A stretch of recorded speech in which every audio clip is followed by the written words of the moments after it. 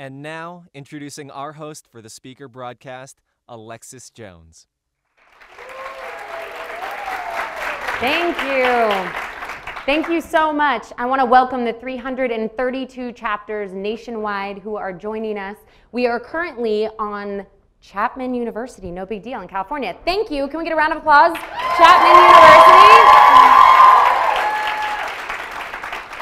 This is a packed room, and I'm really grateful to be your host yet again. So before I dive into, obviously, the very exciting person who we have here, Hilary Duff, I have a few announcements, so I'll try and get through them quickly so that we can bring her out. If only you could see all the front rows have their cameras ready right now. It's really amazing, actually. So first off, we have an announcement. We have over $200,000 worth of scholarships and awards to give out.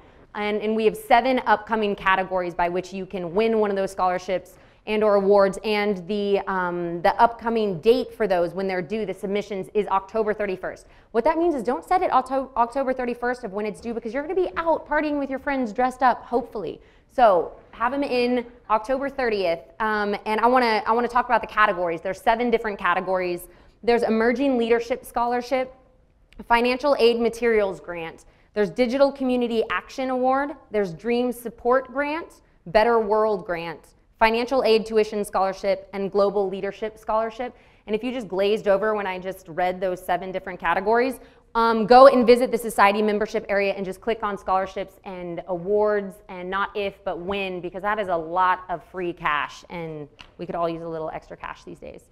Okay, diving into the interactive portion of tonight's broadcast, there are 3 ways in which you can be involved. We have a trivia question, we have a poll question, and then you have the ability to text in your questions to Hilary Duff, and I will get to ask them on your behalf. So first and foremost, the trivia question, we're going to have you text in the correct answer to the number on the screen, and you'll win up to $250 worth of prizes, as well as one of her books. I love how I say as one of her books. Why? Because she's 3. No big deal. It's fine. I feel good about myself. It's okay. So you must include your full name and the school, and the trivia question is, what is the full name of Hilary's newborn son? And the hint is 3 words. P.S. That is a terrible hint. That just means first name, middle name, and last name. Yes, we expect all 3 names, and we're going to have you text in the keyword society, your answer, your full name, and your school to the number 66937.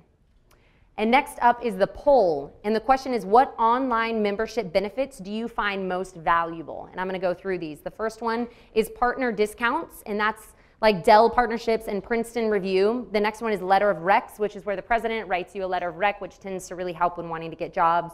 Success coaches, that's asking questions to success counselors. Previous speaker broadcasts, which are all the previous speaker broadcasts of 2001. And the last one is a job bank, which is basically your hookup to getting jobs that are exclusive to members at the society.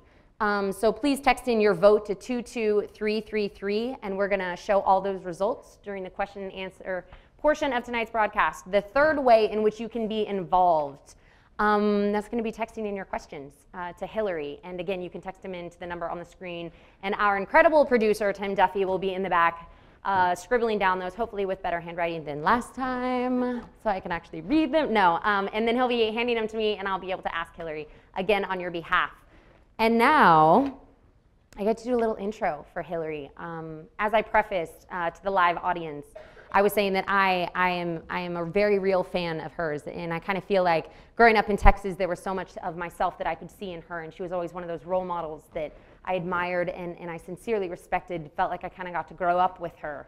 That being said, most of us know her from the popular Disney sitcom, Lizzie McGuire, right?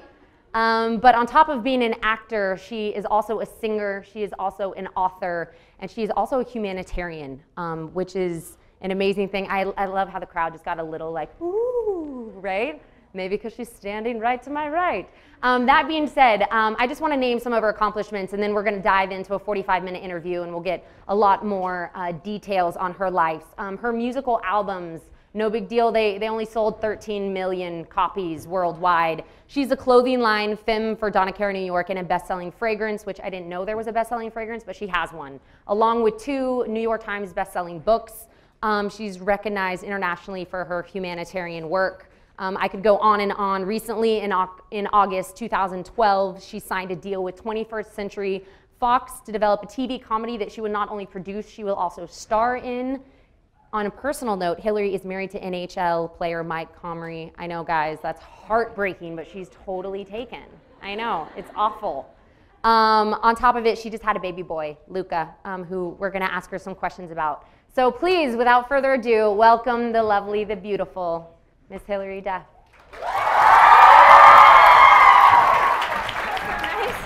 Thank you. Welcome. Thank you. Is this always intimidating, right? When you sit down, you just have a series of like, just sit there, 45 questions, no big deal. Well, it's funny to like relive my life like that. Like, oh my gosh. Oh, I did that. Yeah, I remember that. I was laughing in the beginning saying that I officially feel pretty terrible about myself because I think I've accomplished nothing in life. Absolutely nothing. That is absolutely not true. Not from what I heard. Thanks, girl. Thanks. We were chatting backstage. We go way back now, we're besties. Yeah, Texas girls. I was telling someone, I don't know who I was talking to out there, and I was saying, you have two Texas girls, exactly, the president of the society club. I said, you have two Texas girls on a stage. That is pretty dangerous. So I can't guarantee that, Craziness guns won't don't start ensue. firing up here. Okay, just a little background. I'm gonna go by section, and we're gonna go over some topics. And I just kind of want to lay out what this is because I'm gonna pretend that we're gonna get through all these questions. We're going to go through childhood, we're going to go through your professional life. We're going to go through life lessons learned, which is something I'm really excited and passionate about, putting a lot of effort and time in there. We're going to talk about you being an author and an entrepreneur. We're going to talk about your humanitarian side, what it's like being married, motherhood, and if we get to it, a fun lightning round. Let's do it. Okay. Okay, so our first question is, what was your life like growing up? And paint us a picture of what it was like growing up in Houston, Texas before moving to California. So I was born in Houston. Then we moved to San Antonio, and we lived in the hill country. So it was very free. You know, we had room to run around and play, and we didn't have very many neighbors. We ended up going to a performing arts school in San Antonio, so we had about an hour drive every day to school. And this is you and your sister? Yes, okay. Sorry, me and my sister. So it was very normal, very simple. My sister and I were extremely close because, like I said, no neighbors. We had to play together all the time, which I think really made our relationship very strong. And my dad was in the oil and gas industry, and my mom, she worked in the beginning and then was a stay-at-home mom, and life was just, simple. That's amazing. What was your greatest insecurity growing up? Just being a girl. There's a lot of insecurities that come along with that. But like I said, growing up in the hill country, we didn't watch a lot of TV. We didn't have a lot of movies or like videos, and the music we listened to was like what we got on the radio, and like Fleetwood Mac and stuff that my mom made me listen to, which now I really appreciate, but at the time wasn't so great. I don't think I had too many insecurities, honestly, until I moved to California and started getting involved in the industry and started going on auditions. And then, you become body conscious. You're changing so fast at the age between, I think, 10 to 14. Everything's a little insecure in your life. And for you, starting so early in the entertainment industry, it probably hit you right where? I feel like it was a blessing and a curse. It was two really good sides. One, when you're that young, you don't have as many inhibitions, so you're very free. And when it comes to acting, I think being free is an incredible gift. And a lot of kid actors are super talented because they don't have those inhibitions. And then the other side is you get criticized, and it's like a huge blow because you haven't thought of those things yet on your own. It takes someone, an agent or a casting director, or even a fellow auditioning actress that says one thing to you, and then it's present and there. And how do you think you overcame those insecurities? I mean, when someone said something, when someone pointed something out, and you're like, wow, I didn't even know to be insecure about that, and now I am. Yeah. Where did you find, where did you go to? Was it a family member? Was it faith? Was it a support system? Was it journaling? I don't know. What was it for you that helped you see through that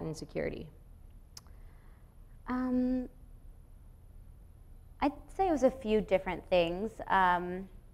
Like I said, my sister has always been key to me getting through anything in life. The best times I've ever had in my life have always been with her, and she's always gotten me through the really hard times. But also my family. When we started, auditioning and coming out to California, my mom, she never made it like a job, like, oh, if you don't get this audition, we're gonna have to go back home. It was never, she did try not to put too much pressure on us like that, but she did encourage us because she knew that we wanted it. So she encouraged us to work hard and to like apply ourselves and to take it serious. But if we'd get too down, my mom would be like, come on, what are you doing? Like, this is fun. You're supposed to be having fun doing this. Sure. When Lizzie McGuire like got on the air, one of the main things people would always come up to me and say when they met me, they'd be like, I didn't know how short you are. You're so short. And I'd be like, God, I always think I'm like 5'10" or something. Like in my head, I think I'm really big, but I'm small. And that kind of became an insecurity for a while. But then I realized I get to wear these fancy shoes all the time, and that's I was about to say, false advertising is a beautiful thing. Yeah, right? Exactly.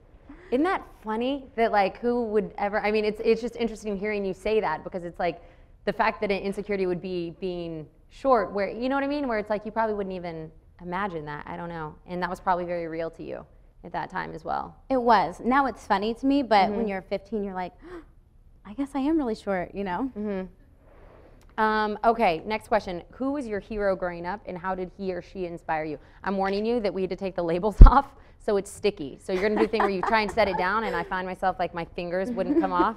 You see that? You can't shake it off. Yeah, exactly. I was like, and I'll just hold it the whole time here in my lap. I was like, that's not awkward okay, at all. I'm going We're to, I can hold stuck nothing here like now. this. Exactly. It is So I just actually, wanted to warn you. that's a sticky label. That's a pretty sticky label. Who It's an knew? intense glue. Smart water, you sticky labeled you. Yeah, who's your hero? Sorry, totally distracting. Who's your hero growing up? Oh, this is a tough one. This is a really tough one, because I kind of have like touched on this, but my sister, honestly, has been the person that has always inspired me. She's this super like free-spirited, great girl who kind of started all this. Like, she got involved in school plays when we moved and started going to this school in San Antonio, and I just wanted to be like her. So I was like, well, sign me up. I want to go. I want to do this too. She's doing ballet. I want to do ballet. Like, I've always followed in her footsteps, and she's always included me and taught me and worked with me. And I really think that, we didn't have that person to look up to that was like in the industry. My mom always like made a point to never have like celebrities be our end all be all and our like huge role model. So I really left my sister, and she did a great job of making such an impact that I wanted to be just like her. Just out of curiosity, because I feel like there is such a stereotype and such a stigma that girls are so kind of mean and catty and threatening and really jealous of each other. And what a unique situation to have your sister, who this is the reason you got into this, and yet obviously you've become incredibly successful in it. And what is so unique about your relationship that it didn't go the jealous route? Sorry, that wasn't on the pre-interviews. I just was thinking about it as you were talking, because it's such a unique relationship to have. It really is. It really is. And I get asked that question a lot, because things have obviously, she has a career and a path like carved out for her, and she works really hard and has her own thing going for her. But obviously, I was in the right place at the right time. Like, I went in and auditioned for Lizzie McGuire and walked on my hands in the audition room. Like, something was right and aligned, for me to get that part. And you literally did? I literally did, That's which amazing. was so crazy. They're like, what talents can you do? I'm like, well, I can walk on my hands. They're like, do it. It's like, all right, you got to be fearless, Hey, thank God you really could. I know. That would be Well, they're like, what's your talent? I don't want you guys to ask me to do it. I'm not going to do it, no matter how much you beg. It's not happening today. But she has always just been super happy for me and supportive and given advice when I've needed it, and flown across the world to meet me when I needed someone, I don't know. I think it's really her makeup that is so special, that has made it worked. You know, and we're sisters, come on, we fight nonstop. But honestly, when we were growing up, we didn't fight. It was more once we got a little older and, you know, then things happened. But yeah, for sure. Okay, what about your unique circumstances prepared you for your life's journey? Like, was there anything growing up that was unique about the way in which you were raised that prepared you for a very unique life now? I don't know if it's unique or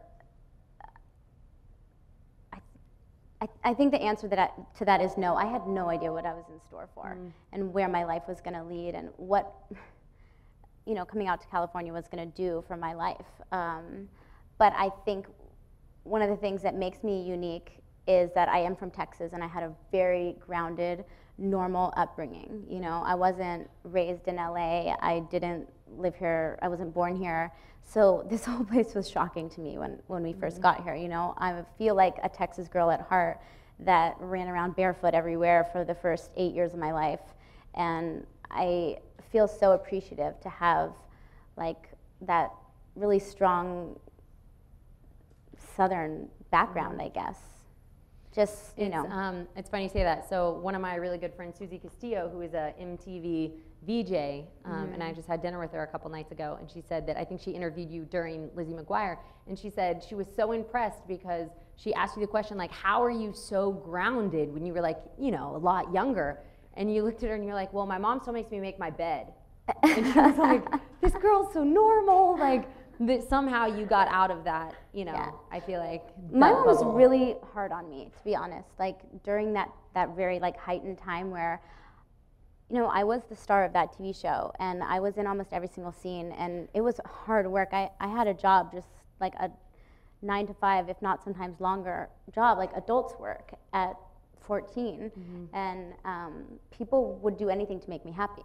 You know, and my mom was just like there all the time, putting her foot down, not letting me get away with anything. You know, if I rolled my eyes, I was in trouble, just like a normal kid. And I did something, I can't remember if I like came home late or something like that. But I had just turned 18 and my mom was like, that's it, give me your cell phone. And I went and got my cell phone and finally I was like, actually, I'm 18, I pay that bill, you can't take my phone away anymore, Mom, but nice try. You know, it was like. Was she like, oh shoot? Yeah, but I'm still scared of her. Yeah. Yeah. That's a good Texas mother. I'm still scared of her. That's a good Texas mother. I was telling her before that I have 4 older brothers, and to this day, when we roll our eyes at Claudia, it's like instantly we're like, huh, no, we're to Mom. It was a joke. I'm sorry. I totally apologize. It wasn't funny. Anyway, I'm going to move on to professional life. And I think that we're probably going to go back and forth, and sure. I'll probably, and also if there's anything that I'm not touching on that you really are passionate about sharing, like don't let these questions prevent you from speaking your truth. Okay. Okay, professional life. First question is, what has been your greatest professional failure?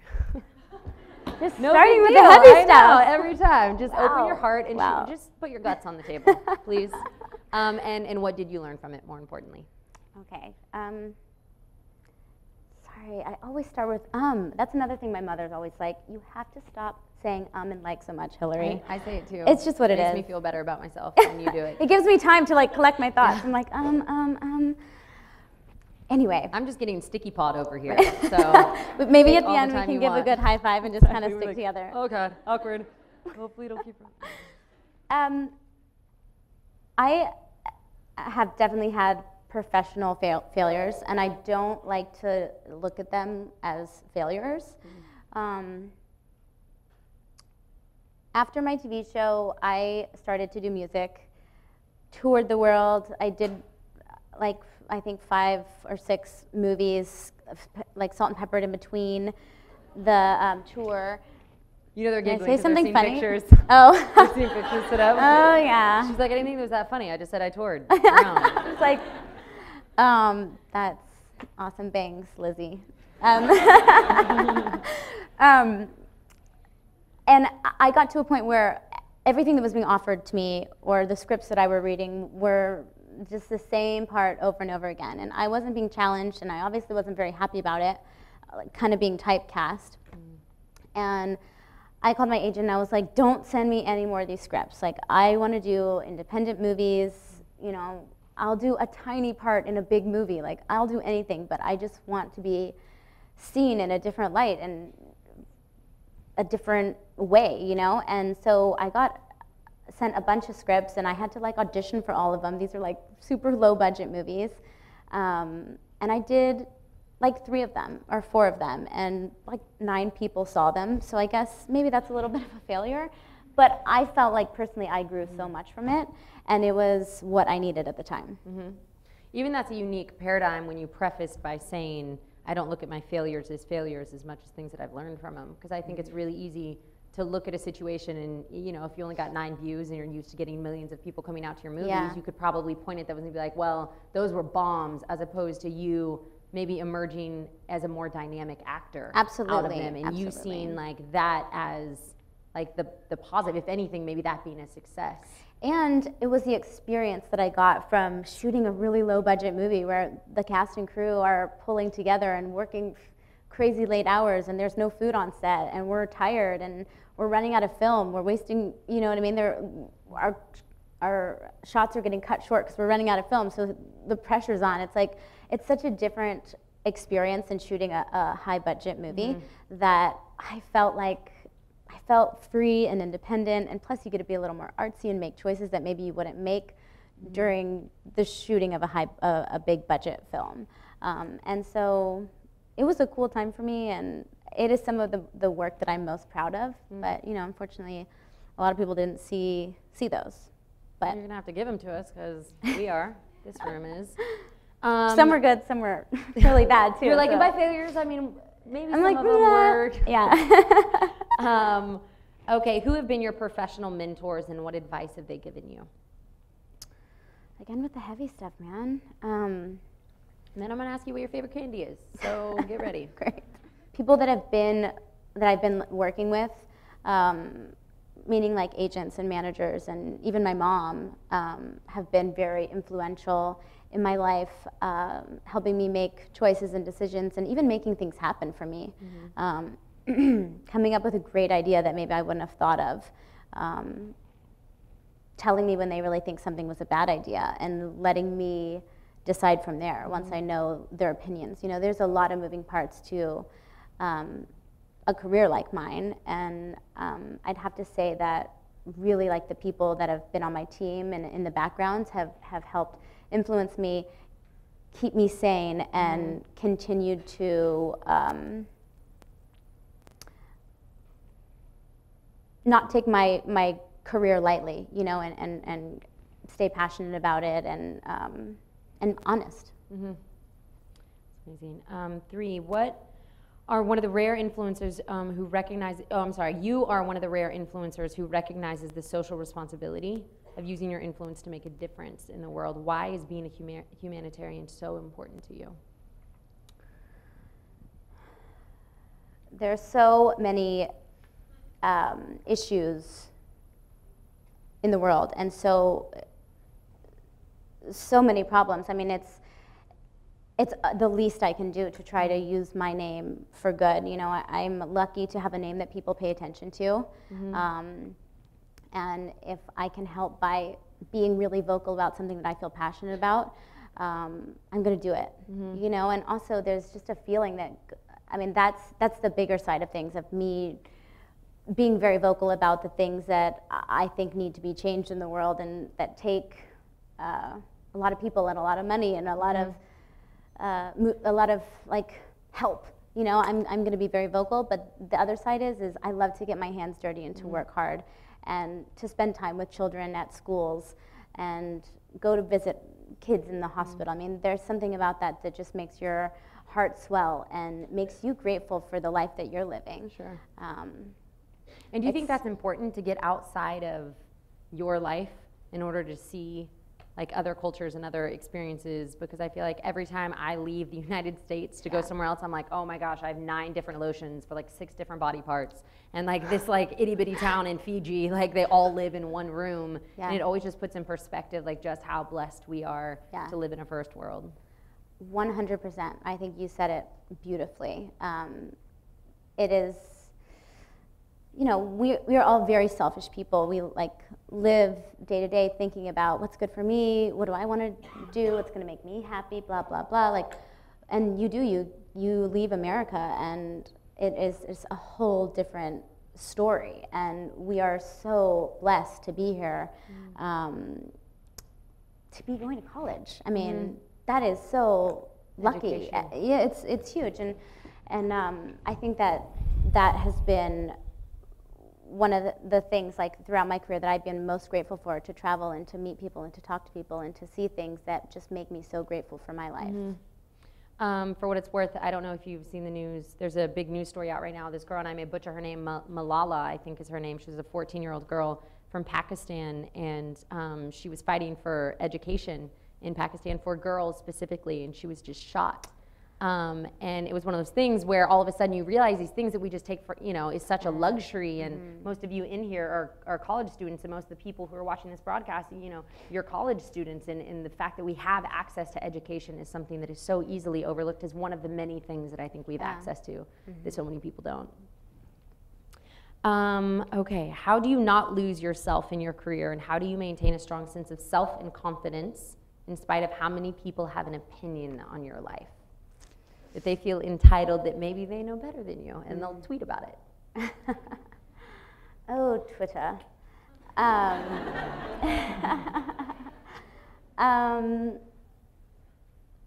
do I maintain a strong sense of self? In fact, it was interesting. I'm just going to kind of piggyback on that. I feel like there's a few questions in there.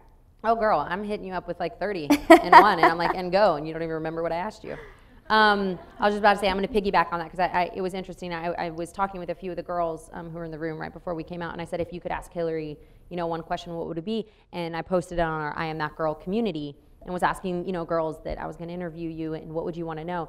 And it was interesting. The majority of the questions had something to do with how does she deal with the pressures that she feels like we as normal girls, ordinary girls who don't have every single one of our life moments like on display the way that you do, already feel pressured, this unattainable, unrealistic expectation of beauty, and yet you live and breathe it every day. And like, how do you stay sane, I guess is the question.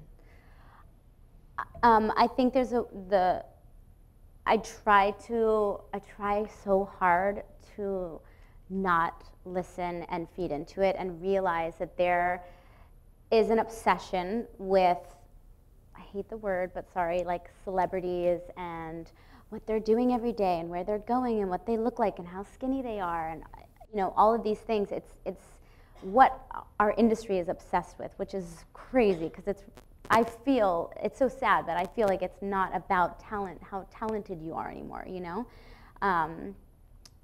I try to just, my most important thing is my home life, and that is where I am sane. And when I leave, you put a guard up, but I just have to take it with a grain of salt.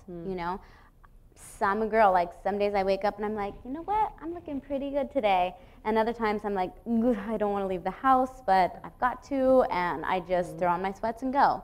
And people say awful things and people say really nice things, and it's what it is. I have to, just like we were talking about traveling the world and seeing how devastating it is, the way a lot of people are having to live. I can sit around and say, oh, poor me, I'm getting photographed every single day and these people won't leave me alone. Or I can try and see the flip side of it and be appreciative for all of the experience I've had and all of the wonderful things that I have in my life because of my career. Sure. I feel like it's so hard, that lesson of learning to not have your confidence dance on the approval of others. Yeah. Because it's almost like either way, if you start believing the good is as dangerous as believing the negative, because regardless, it's almost like you're looking outside yourself for that sense of confidence. It's really hard to not believe it. When you read something negative, someone's thinking it and putting it out there. So it definitely affects you. But I think I've gotten a pretty tough skin, and I have to just live my truth and be happy with who I am and what I have. The really awful part of it is I feel like I can deal with it, but now I have a child, and it makes me really sad. It makes me kind of want to cry. He doesn't deserve that. Yeah. He deserves normalcy. And like this weekend, my husband and I took him to the pumpkin patch, and we live in Los Angeles, and there's the closest pumpkin patch to our house we drove by. We're like, oh, this looks like so much fun. It's called Mr. Bones. We're going to take him. He's too young to know what's going on, but we're going to get pumpkins for our house and blah, blah, blah. We drive by it, and there's basically like a section for the paparazzi to stay in, to take pictures, because it's Saturday.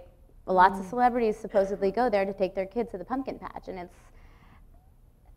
that's just crazy to me. You know, like such a sweet moment for a new family to get to experience is being like invaded. Sure. And do you feel like people don't recognize those kind of sacrifices? When like people look at you and they envy your life and they see like beauty and they see wealth and they see celebrity and fame, and you're like, whoa, whoa, whoa. But like there's definitely sacrifices for all of that. And like you said, and you articulated it so well of like what a beautiful moment for a new family. Like, I mean, I can only imagine one day me and my new husband and our baby and wanting to like have this sit him on a pumpkin. Totally. He's like, come here. And it's like, you're not the only one taking pictures. It's like a crowd full of gorilla paparazzi behind you too. Yeah. Which has to be scary when you have a little one around. Yeah, it is. And I think the attitude I'm trying to come to peace with is he deserves to experience everything. And so whether they're there or not, I have to let him experience things. But it is tough. And you know what, for the most part, when I've got like a pack of them on me and I'm trying to walk into an appointment or something, civilians will be like, leave her alone or something. You know, for the most part, I think people understand how annoying it is to get photographed all day long, every day. It's not like they do it and then they leave. They're following you all day, every day. And I think then there's the flip side where people are like, would that be so cool? I want people to take my picture every day, until they realize that it can really suck too. Yeah, absolutely. Leave her alone. I love ordinary heroes. Yeah. Wonderful. They're like scumbags. You're like, yeah, that guy said that. What's your name? Yeah. Here? Exactly. Okay, how do you not lose yourself in your career, and how do you maintain that's you pretty much answered that one. For the students who are interested in career and entertainment, what are the unique pressures you've experienced specifically to the entertainment industry? I was thinking about this question because I've done this for such a long time, and I think the thing that really has helped me stay in this is learning how to handle rejection. Because that's a really hard thing. When you feel rejected, you shut down. And how else? I mean, it's an awful feeling, right? Yeah. But going into an audition or meeting with a songwriter that maybe doesn't want to work with you or doesn't want you to sing that song. You remind him of your 13 million. Yeah. Just 13 million is all I've sold, so it's cool if you don't want to work with me. But also going into an audition, you know, I still fight for roles that I want, and I don't get them all the time. More times than not, I don't get them. And you have to like look at all the different factors. You know, maybe it was your hair, maybe it's the way that you dressed, or maybe, you know, I have a different thing to fight against sometimes, which is I'm Hilary Duff. And I don't think people always want that. You know, there's a preconceived image that comes along with who I am, unfortunately, because they don't even know. But you see that attitude? Oh yeah. No, but the truth is like I'm an actress, you know, and I think getting a tough skin and not being insulted or shutting down because of rejection is something that will really save you in the entertainment industry. And that's in front of and behind the camera? Yeah. Sure. I think that goes for no matter what kind of like field of work you want to that transcends industry. Yeah. Right? That it's not just the entertainment industry, but it's probably one of the most valuable assets that you have is your ability to be like, okay, and next. Yes.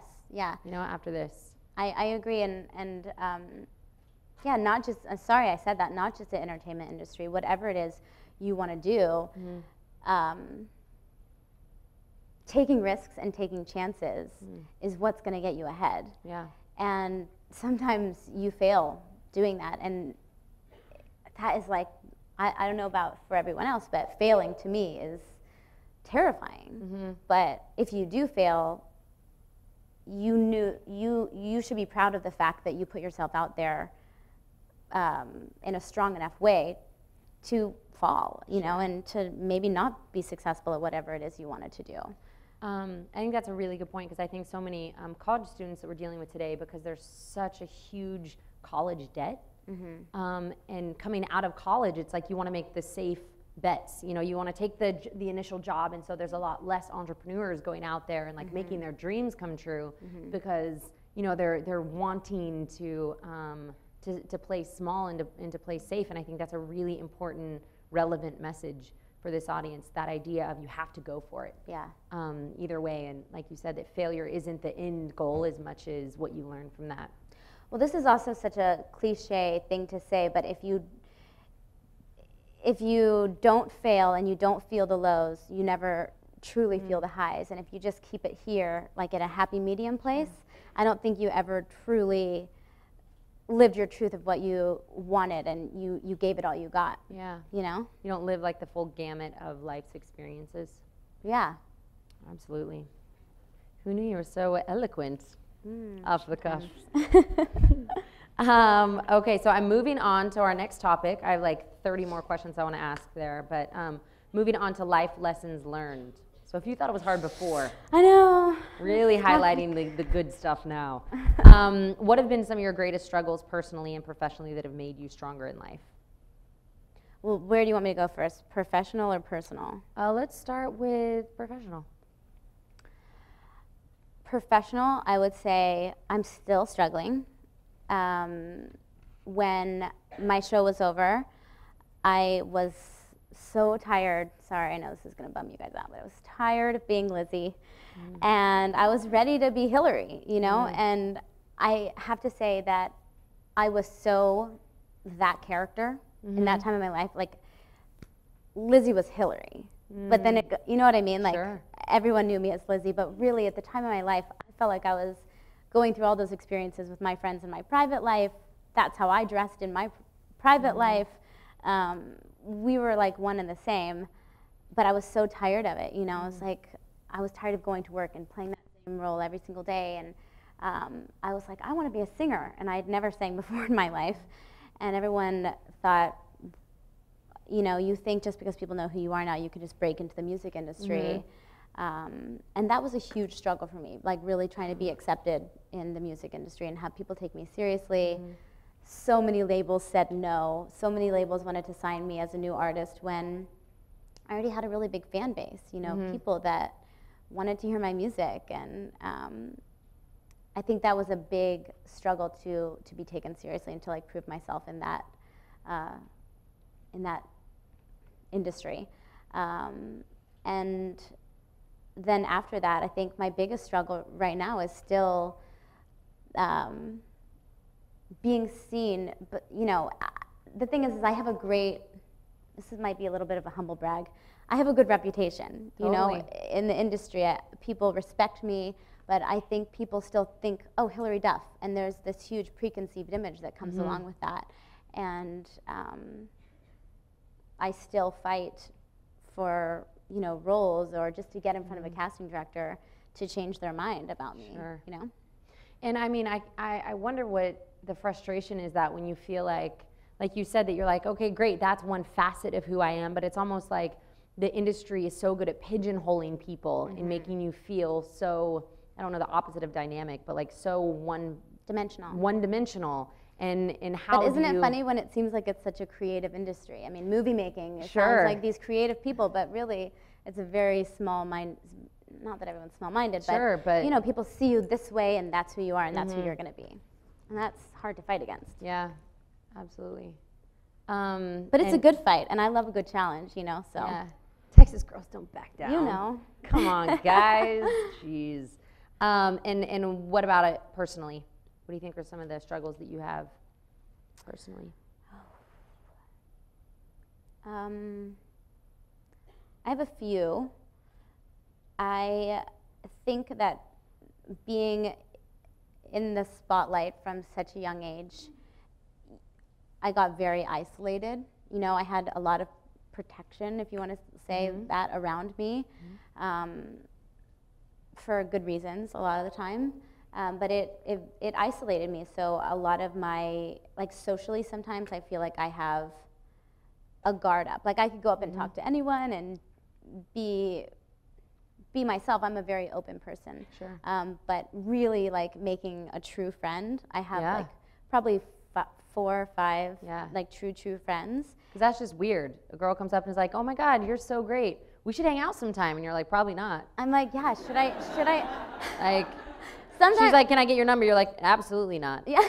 Like, because that's a weird thing. But for normal girls, that would be like normal. You like meet a girl outside of the gym and you're like, oh my God, and we have all these. I know. Awesome. Let's exchange contact. And when someone's like, we should. Yeah. Mm-mm. And I Well, actually have to the go to the thing- bathroom. yeah. Weird. How do I get out of this one?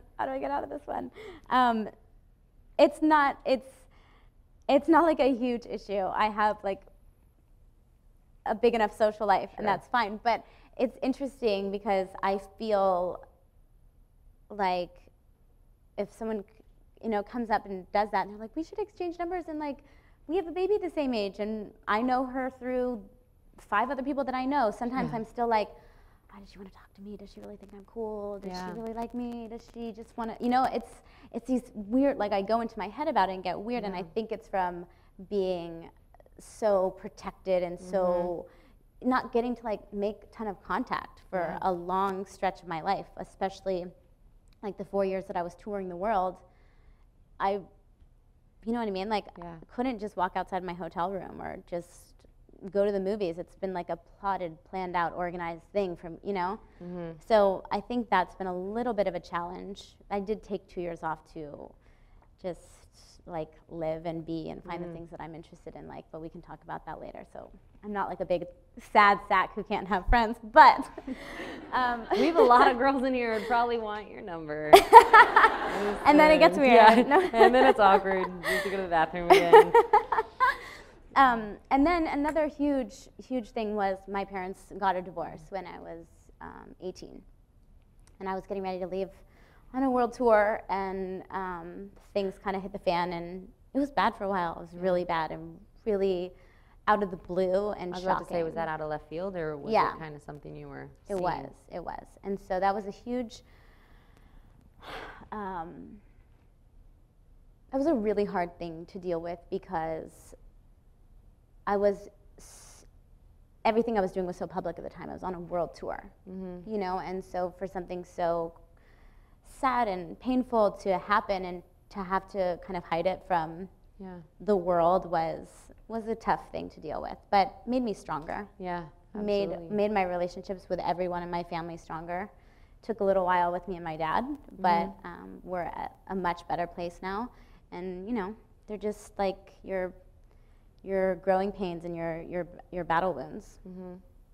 It's funny how people think that like celebrities, that influencers don't have very real life situations like that. It's like you're an 18-year-old girl and your parents are getting divorced. Like my parents got divorced when I was really young, and so I didn't really have to go through that separation because I was too young to know what was going on. But I can only imagine that you're like heartbroken for a and relationship. Across the world alone on a and tour. You're like, wait, what? Me and my lack of friends, I could really use some right now, Oh no. No, but I really can only imagine how difficult that would be. And like you said, to have to kind of put on this front, and you have to be everything to everyone in so many ways. And it's something that I really admire in you, because like even backstage, it's like watching these girls and boys get so excited. I might have been dancing. I don't know why I just made y'all there. feel like I was a kindergarten class. I'm like, these girls and boys. I think I just channeled my grandmother.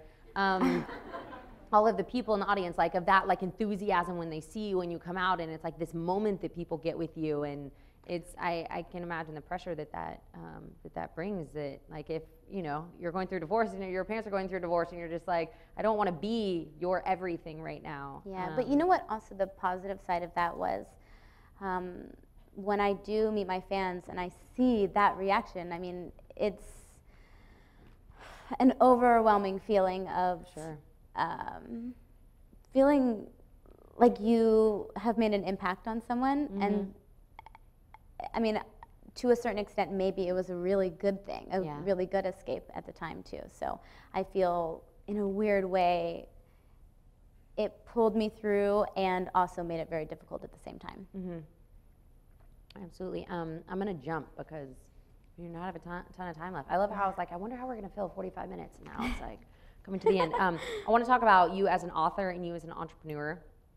Tell us about these books that you've been writing. You've now written 2. You have another one coming out, True. Right? Yes. His name is True, in 2013. Yes. How did these books come about? What was your passion for young novels? We're getting some pictures. Wow, yeah, that's a lot of girls wanting you to sign some books.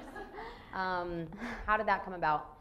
So really randomly, I was doing an arc on Gossip Girl, and I had met at a party like a book agent and got to talking to him, and he was telling me what he does and who he's worked with, and just gave me his card, and he was like, if you ever want to do a biography or like a book on dogs, because I have 4 dogs, 4 too many at this point now that I have a baby. But he's like, call me, you know, I would love, and I thought, oh, a biography, don't people know enough about me? Like, it's just not something I'm interested in, but I do love to read, and had just read the fantastic Twilight series and the amazing Hunger Games series, which I was obsessed with and couldn't sleep while I was reading them. And I thought, I don't know, I just got this character in my head, this girl, and I like to daydream sometimes. Might sound a little creepy, but like if I didn't have this life, what would I be doing? Sure. I'd probably get to go to college like you guys, or I'd probably travel the world somehow and do this and do that. And I love photography, even though I suck at taking pictures. Mm-hmm. Maybe the other me would be really great at taking pictures. Yeah. And so I kind of created this girl in my head. And the other thing is, I'm reading scripts constantly, and so I care a lot about character. And I'm sorry, I care, like I wanted to be very like character driven. And I didn't have the total idea of where the story was going to go, but I had the girl in my head, and I called him up. I'm like, hey, I thought of something and I want to meet for coffee. He was like, no way, I never thought you were going to call me.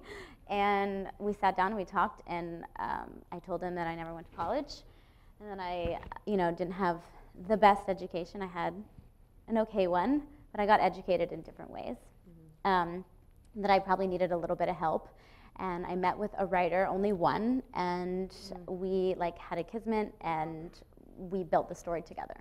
So it's a very high concept, has a bit of a paranormal aspect to it, but it's very character driven, and it brings up the question is if soulmates exist, and what would you do for yours if you met him once? It goes into past lives, and the main character, Clea, has a best friend who kind of brings the comic relief because Clea, the main character, is a very serious girl. She comes from a wealthy family, and she kind of gets thrown into this crazy, otherworldly experience that takes her around the world. And it's hard to explain past that. Oh, totally. When I'm writing, that was my whole thing, I'm thinking about how the scene unfolds, and Elise, my co-writer, is like, Hilary, no, books work differently than that. No, we have to have this part and this part. She really helped ground me and taught me a lot about how to start writing a book, which I had no idea how to start that. But so far, there's no plans to make a movie. Do you want to give any teasers for the upcoming book, True? Anything you can give away? I mean, not actual giveaways, but maybe a little. Yeah, it's very complicated if you haven't read the first 2 books. Clea's soulmate is named Sage, and basically a lot of complicated things have happened. There's the elixir of life inside of Sage, which he was made to drink thousands of years ago, and his being reincarnated, he can't really die. Naturally. Yeah, and so they're in a race against time to destroy this elixir and find a way for Sage to survive. So there's a soul transfer, and I don't want to give away exactly what it is because it gets super intense. Sure. But what happens in the second book is cool because it's basically like when someone gets a transplant and maybe things aren't going so well and your body's rejecting it. That happens to Sage, and their new mission is to find a way to find peace between the new body that he's gotten, which belongs to maybe someone else from the book, and to for the soul and the body to find a way to connect, and for them to live happily ever after. Was that intense? Did you get it? Oh, girl, done. That'll be my next purchase. My iPad. That's amazing. Okay, I want to talk about the fact that you've started like 4 different companies. For instance, Femme, Donna Care, New York. You have a best-selling fragrance. That's normal. And these books, and I'm not trying to be facetious because it really is all with such reverence that I joke, because how do you do it all? I mean, we haven't even touched on your humanitarian work. We haven't even touched on marriage and on motherhood, which are the things I'm actually really excited to talk about. Okay, I'll talk fast. That's like the whole reinvention rather, of yourself as a girl and as a woman. But how do you, especially now as a mother, as a wife, and what's necessary to build that kind of powerful relationship with another human, and then balance being not only Hilary Duff, as you said, but all of these incredible entrepreneur ventures. How do you do it all? And apparently, I am dehydrated, and you are fully that's a lot hydrated. of water. So make you note of that. You're gonna have to hit the ladies' room pretty soon. I was just about to say, if you want to just take over. Can I take a break? I have been so lucky because Luca's 6 months old, and I really haven't been focusing on anything besides the new novel, which is true. And the first draft we'd already written it, and now we're like on the 4th, but have really gotten to just focus on learning how to be the best mom I can be, and connecting with this new little human in my life. And it's been incredible. So it's not like I've had the pressures of, designing the bottle for my fragrance and baby Luca. Yeah, and designing clothing lines. I mean, these are all things that I've done throughout my career. So they were a year ago or a few years ago, and I guess the way I've juggled is that I've been really passionate about all of it. I've had so many great opportunities thrown my way. A lot of them I've said no to because I didn't feel like I could give myself to it wholly. Which is probably a really important lesson. Yeah. That ability, especially for girls, the ability to say no to things. I think in a lot of different realms, that was a great statement. But, I have a lot of people that help me on a day-to-day basis to run my business. So it's not all the pressure being on me. I've had a lot of time to clearly meet the man that I love and wanted to spend the rest of my life with. And how did you know? Sorry, that was such a... How did you know? I just feel like we were sitting over pizza boxes and we were alone. And I was like, how did you know? How did you know that he was the one? I've always been a relationship girl. I've always had really long relationships. And, hey, Mikey. I didn't know. I don't think it was... I did know, obviously, but it wasn't this big question. It was like, I love hanging out with this person every day of my life. I love waking up with him, going to sleep with him. We have the same interests. We have a blast together. I love his family. He loves mine. He, knows my ins and outs, and I know his, and I think it was just something that felt natural, and that was when I knew. One of the interesting things I've heard from a lot of people who've had very successful relationships and now marriages was they keep referencing this effortlessness. They're like, it was just so effortless. It was just like, it just made sense. It wasn't like you said, it wasn't this decision that was made. It was just like, that's my best friend and he's hot. So it's a great combination. You know what the other thing was? I realized after, spending time with him and obviously years of dating, we dated for 3 years before we got married, was this is like a safe place for me. I feel safe here. And in my crazy job and my crazy work and, all of this just stuff that can be so wonderful but also so difficult and challenging, he was a very safe place for me. And I think that was a big factor. Sure. Your own little sanctuary. It's beautiful. And then I want to touch on motherhood. And I prefaced this question when we were doing rehearsals, and I was saying, what are the things that you can anticipate and the things that you never could have anticipated being a mother now?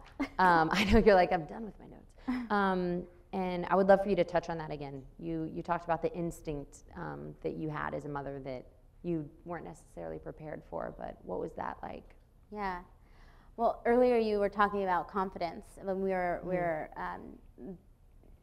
using it a little more towards like business and work and stuff like that. But I have never had more confidence, and that is such a wonderful feeling to be truly confident in something. And I didn't know I was going to feel so secure about the choices that I was making and these like instincts that I had that I didn't learn from anywhere, because obviously I've never been a mother before, I had a child before, and you kind of just get sent home from the hospital. And obviously I read a million books, and thank God for Google, because every day of my pregnancy I'm like Googling all kinds of stuff and doing as much research as I can, and being terrified at the same time by some of the stuff you read. Don't like self-diagnose yourself ever. It's a terrifying place, but wonderful. Google. It'd be hilarious to see your like cachet. Google by Hilary Duff. Yeah. See all the creepy things you looked up.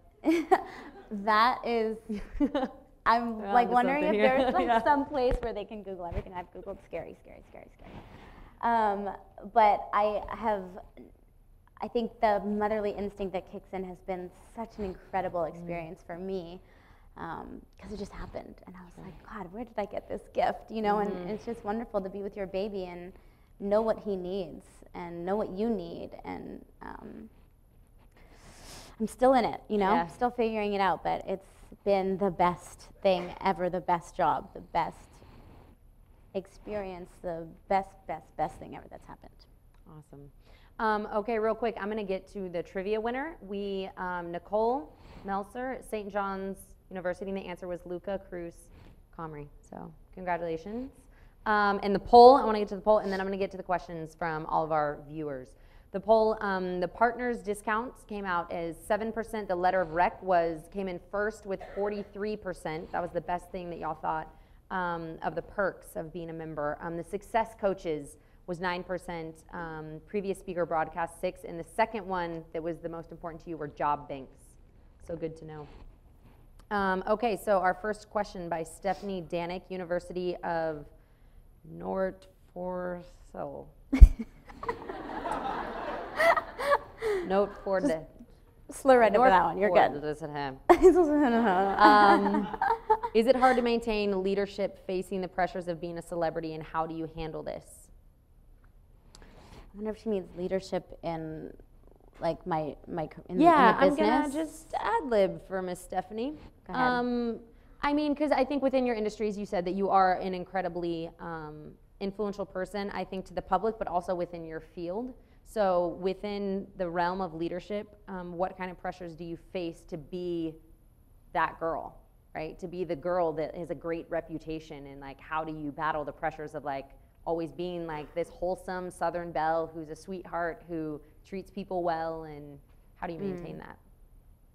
That's tough, because it kind of goes back to my mom in a weird way. Like, since I've been working for such a long time, I never got to disrespect my job and show up late, or not treat someone with respect that is around me or doing something for me.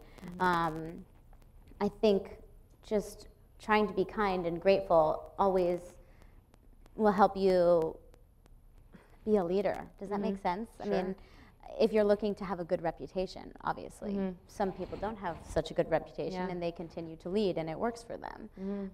But that's not who I am, so I'm never going to be a leader acting a way that's not who I am. Sure. I forget, I was thinking about, someone said something to me once. I forget if it was like an acting coach or something, but there was that phone. I warned you. I told you there was going to be that one person saying. Someone said, and I think it was an acting coach, it was like, you can't do her. And she wasn't talking about a specific person, but she was like, don't do her, because she's taken. You have to do you. And I was thinking, what an amazing statement, because, you know, there's so many pressures and insecurities, but the truth is that like everyone in here is unique and different, and if you do that and you're being you, you're going to be great. Yeah, you'll be the best you out there. Nicole from Central Michigan University said, if you could change one negative thing about the world, what would you change? That's a great question, Nicole. Oh, there's so Only one. many. Only one. Well, this is one that I feel really passionate about, and I've done a lot of work to try and fix, and you know, it's I'm not sure if it's ever going to be totally fixed, but the issue of hunger in the world is so great, and I truly believe to my core would solve so many problems if no one was hungry. Sure. I think that would be the one. We have Kelly Johnidlo from Edinburgh University. If you could change one thing in your life or your past, what would it be and why? All this change happening. No. Honestly, I don't know how to answer that question. Yeah. I'm a person, I've made mistakes that I probably think, not my brightest shining moment. Sure. But I'm not massively embarrassed by anything or any of them, and I try to take it and learn from it and grow, and you'd stay as is. yeah, I think I'm not really desperate to change anything about me. Wow, that's amazing. Doesn't mean there isn't some things, but for the most part, I'm pretty happy. I mean, that's awesome to own it, because it's not like you're saying you're perfect. You're like, no, I'm pretty awesome as is, so I'll just stay There goes here. that humble brag again. No, but that's amazing to recognize that, like, I am perfectly flawed, and Yes. I'll take me as I am. I think that's a strong statement. What was your favorite song that you recorded, Nicole Burgess from Fisher College? I think my last album, I have a few that I've recorded that I'm excited about, but not totally, haven't like found my spot yet for where I'm going. So it's a work in progress, but that I'm pretty excited about. And songs that people would know would definitely be off my last record, Dignity, because I did the most writing for that. What would it be? There's so many. There's a song called Happy that I really love, and it's about being happy, but it's a little bit of a darker song, and it's one of my favorites. Nice. Emily Dickerson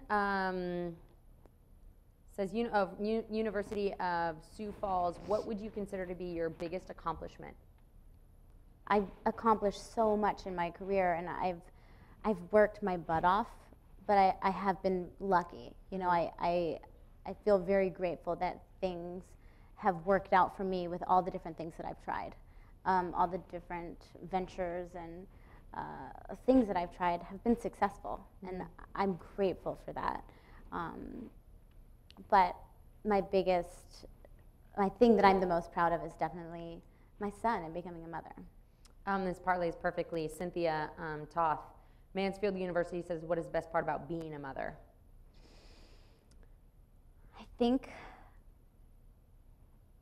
looking at your child experience things for the first time that we're so used to is really wonderful. I mean, actually holding my baby for the first time and looking in his eyes and being like, wow, you're the little guy that was in there for so long, and you know, that was just mind-blowing, and I don't think there's a good enough word for what an experience that was with my husband right there and my family. It was really, really wonderful. But to now see him like look at something and grab it and touch it and not know what that plant is going to feel like is so funny and brings me so much joy. Or like tasting something for the first time. It's all the firsts that have really been impactful and exciting. Awesome. Do you like singing or acting better, Gabriella from Marist College?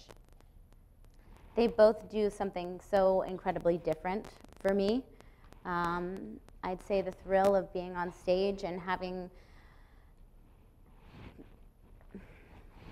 25,000 people singing my music back to me, sometimes in a different language, is like a really crazy experience that is fantastic, and you can't really beat that rush. But I think if I was having to like make a choice, I would choose acting. I really love that challenge, and I feel like I have so much more in me that I haven't gotten to experience or unlock yet, and I really hope I get to. How old were you when you made your first TV performance? When you made your first TV performance? Carissa Cuddy, Ohio State University. I think 10. 10. Did you hear that? How do you manage juggling being a mom, writer, singer, designer, and all of the many things you are involved in? Kaylee Phillips, University of Virginia Wise. How do you manage juggling it? The things I'm involved in right now are, you know, occasionally being in the studio, having an audition here or there. Motherhood is full-time, and it's obviously in front of all the rest. So I am very busy trying to squeeze in going to the studio, getting coached, going to an audition, going on a meeting for my development deal at 20th Century Fox. You know, I'm constantly meeting with people that have development deals there. It's busy, but I'd say motherhood is in the front, and I feel passionate about all these things. I love to work, and it's an important part of my life to stay happy, and so I have to figure it out, and I do. I have people that help me stay organized as well. What advice do you have for someone trying to get involved with charity work here at home, Alabama Tech? My advice is to find something that you're passionate about and start small. You know, it doesn't take a ton of money, it takes time. I think volunteering is the most important, is the easiest way to get involved in something that you're passionate about. Obviously, you don't want to be spending a bunch of money that you don't have, or you know, it's not about donating, it's about time and getting creative and unique on how to make a change, whether it be in your community, at the hospital where there are sick kids, going to color with them, planting a garden somewhere that can be sustainable, or you know, getting your friend. It's about getting creative and not thinking, oh, I'm just one person, so I can't make a change. Sure. We have the final announcement, and the thing is that we really, really care and want your feedback, and we are willing to bribe you. So if you are willing to check out the survey, do the survey, it takes a couple minutes. We're going to choose one person. They're going to get an iPad, which continues to blow my mind because that's a big deal. So you're going to go to Society Leadership or leadership.org/members/survey, and you can click on it there, and we'll inform you if you won that iPad. And the other thing is, for our next broadcast, this guy's awesome. His name is Hill Harper. He's also an actor and an author, and he is best known for CSI New York. He has also written this new book, The Wealth Cure, Putting Money in Its Place. And the interesting thing about this is he's broadening the definition of wealth, and not just pertaining to finances, but talking about the wealth in your life in general. And interesting facts about this guy is he did his undergrad at Brown. He got a double from Harvard. He got a law degree and a master's, cum laude, no big deal. So I'm really excited to interview the dashing Hill Harper for our next broadcast. Can we give it up one more time for the lovely and beautiful? Thank you.